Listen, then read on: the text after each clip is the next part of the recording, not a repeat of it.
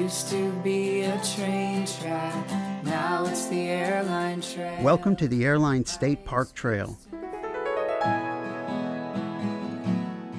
The Airline Trail is a 50-mile rail trail in eastern Connecticut with numerous access points for non-motorized recreation and is open daily from dawn to dusk. The trail currently starts in East Hampton Village, once known as Belltown, because of the presence of more than 30 bell manufacturing companies, making it the bell capital of the country. You can start or end your trail visit in the village with a nice cup of coffee, pizza, or ice cream, visit the farmer's market, browse antique shops and boutiques, or take in nearby cultural and historic sites. Follow the trail east across the handicap-accessible bridge towards the next major access at Cranberry Bog. The Cranberry Bog is one of the most popular access points, and this section of the trail is heavily used. Look for picturesque ponds with picnic tables, woodland benches to rest on, dramatic rock cuts, side trails like this one maintained by the Middlesex Land Trust, and the Rapallo Viaduct. An interpretive sign provides historic and factual information about the viaduct. I use the trail 3 to 4 times a week with the rest of my friends here. We start at Cranberry Bog and we stop at the viaduct where the benches are, so then we can take a bit of a short sit, and then we turn around there and walk back. It's a great environment. It's a great trail. It's nice and flat, you know, and the crushed stone is perfect for strollers, and it's good walking or jogging. From East Hampton, the trail continues into Colchester. Soon after crossing into town, visitors come upon one of the most significant features on the trail, the Lyman Viaduct. Built in 1873, it was originally constructed of wrought iron and measured more than 1,100 feet across and 137 feet high. In 1913, the valley was filled and the entire trestle was covered, resulting in the structure that we see today.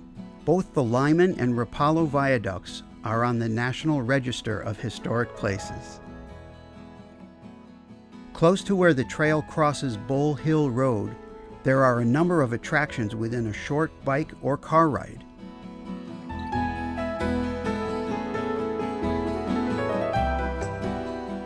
Visitors can step off the trail to enjoy great views of this stone arch bridge from below on River Road.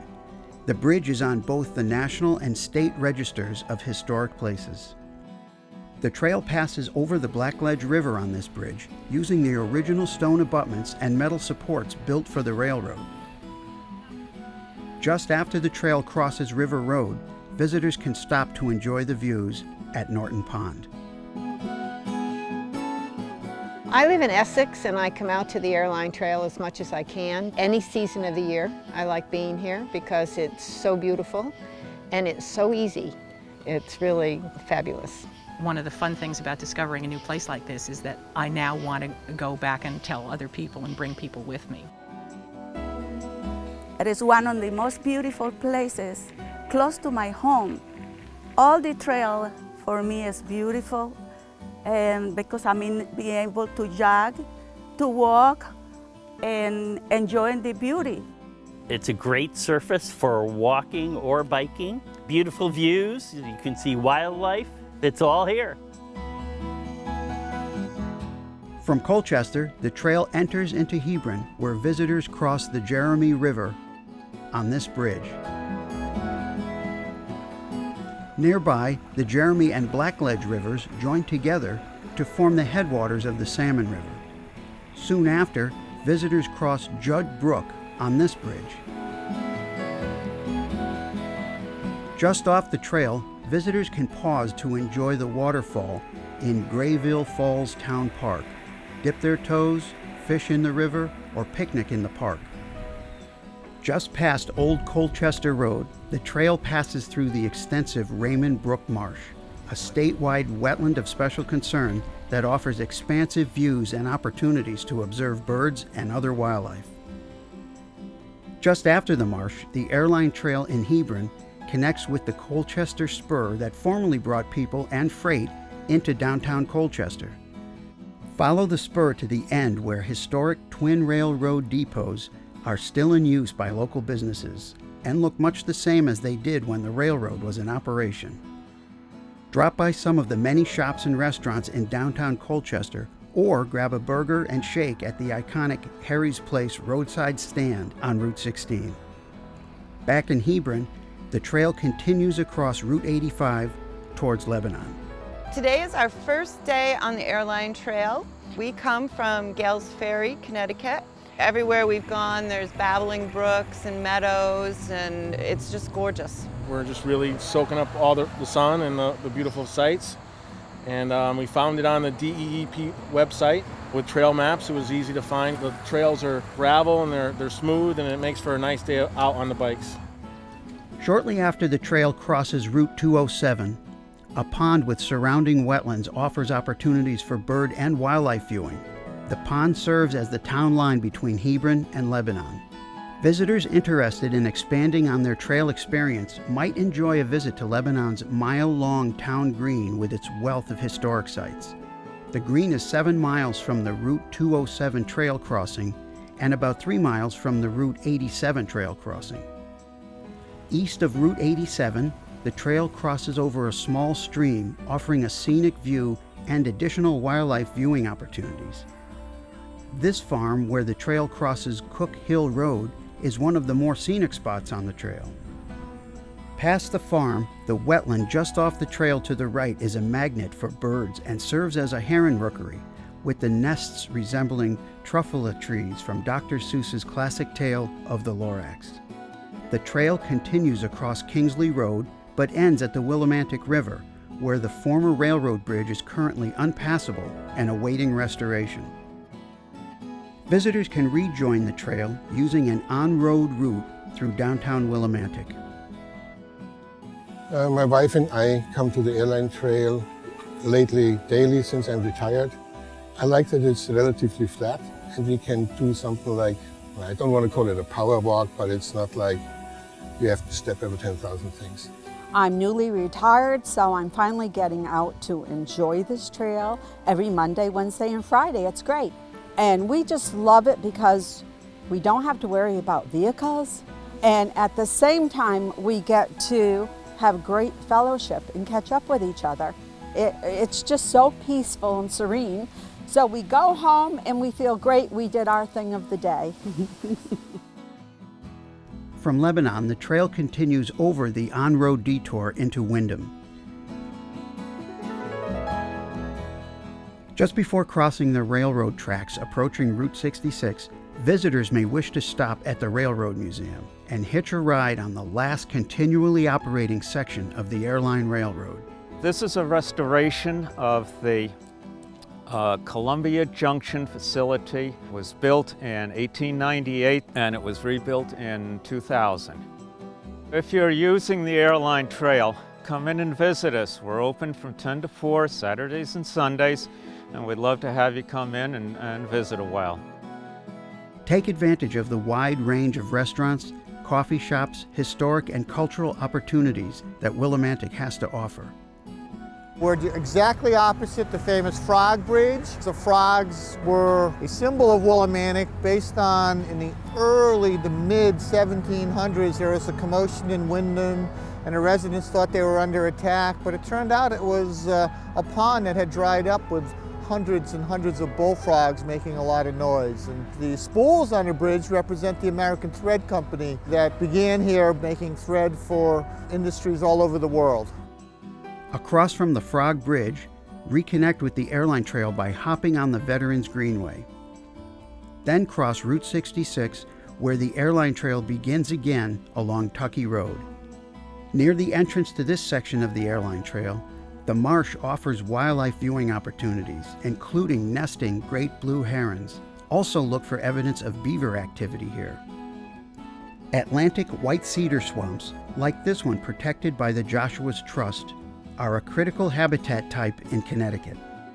Near where the trail crosses Beaver Hill Road, close to the junction with Route 6, visitors can take a walk or bike ride over Mansfield Hollow Dam for great views of the lake. After Windham, the trail passes through the quiet little town of Chaplin. Shortly after crossing into Chaplin, this loop allows visitors to explore land trust property next to the trail. These rock cuts are evidence of some of the extensive blasting needed to create a level grade for the Airline Railroad. I like being out in the country, the woods, looking at the old bridges, the old tunnels along the different trails. It's just nice being out here. From Chaplin, the trail continues into Hampton. Just after the junction of Parker and South Brook Roads, this abandoned bridge still stands as a relic of the railroad era. At Potter Road, visitors can spend time at the Goodwin State Forest, a 2,000-acre property with 3 ponds, 14 miles of trails, native wildlife gardens, educational signs, and nature programs. The Natchog Trail, part of the state's Blue Trail system, crosses the Airline Trail near the James L. Goodwin Conservation Center, offering visitors opportunities to explore smaller, more rugged footpaths. This section of the trail features a variety of beautiful wetlands. After the Estabrook Road crossing, stone walls below the trail seem mysteriously to disappear into this wetland. The rising waters reflect the presence of some busy beavers. Soon after, the trail passes through the middle of an extensive pond and wetland, where even novices will have good luck with bird watching and may even spot a beaver. It is interesting to note the diversity in wetland types present along the trail, like this one just past Griffin Road. Less than 1/10 of a mile along Kenyon Road is the entrance to Hampton Reservoir, offering opportunities for fishing, non-motorized boating, and wildlife viewing. Audubon's Trail Wood Sanctuary, the former home of writer-naturalist Edwin Way Teal, is nearby. From the town of Hampton, the trail crosses into Pomfret. Soon after Brooklyn Road is this stunning wet meadow. White pines almost form a tunnel over the trail. East of Covell Road, a climb down a steep hill rewards visitors with unique views of this stone culvert built to carry the railroad over Mashmucket Brook. Near the intersection of routes 44 and 169, Pomfret Station serves as a start or end point for your trail experience or simply as a rest stop.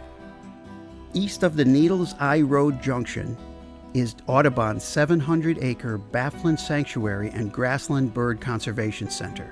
It is an important bird area because of the rare grass and shrub habitats.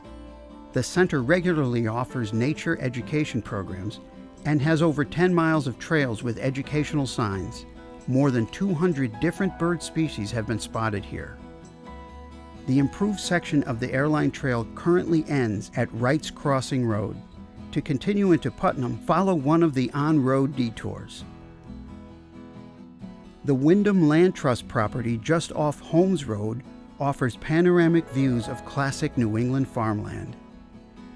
While in Pomfret, end your trip with ice cream, check out Sharp Hill Vineyard, or visit the nearby Mashmucket Brook State Park for camping, hiking, and swimming opportunities.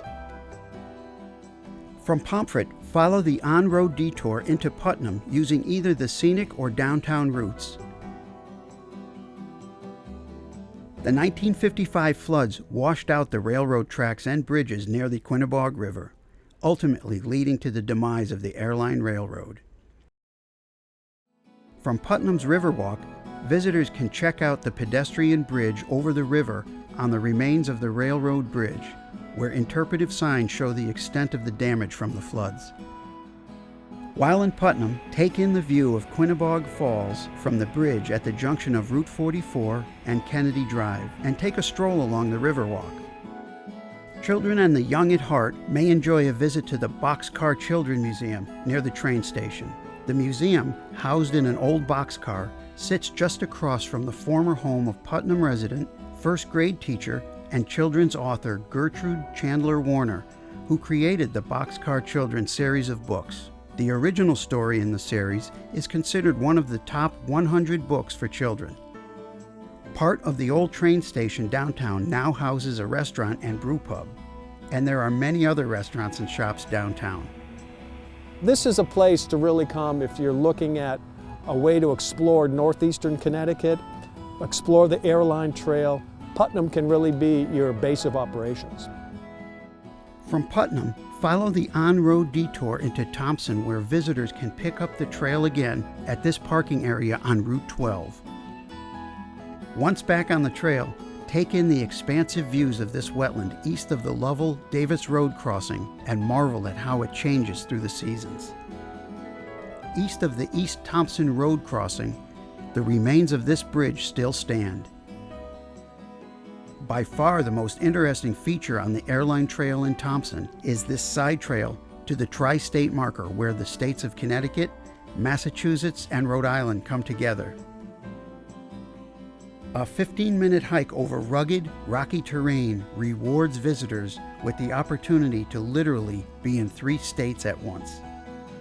Before or after your trail visit, there are lots of other things to do nearby. We're from Massachusetts, and we like the section we're on that borders Massachusetts and Thompson. I like it because it's nice and wide and it's flat and there's no cars around. So.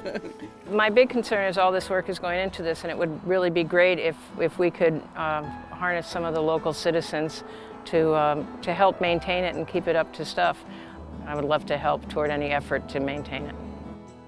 All year round, there is always something new to see and do, so let the airline trail take you places. Used to be a train track, now it's the airline trail. Bikes, beasts, and feet go down the worn-out rail.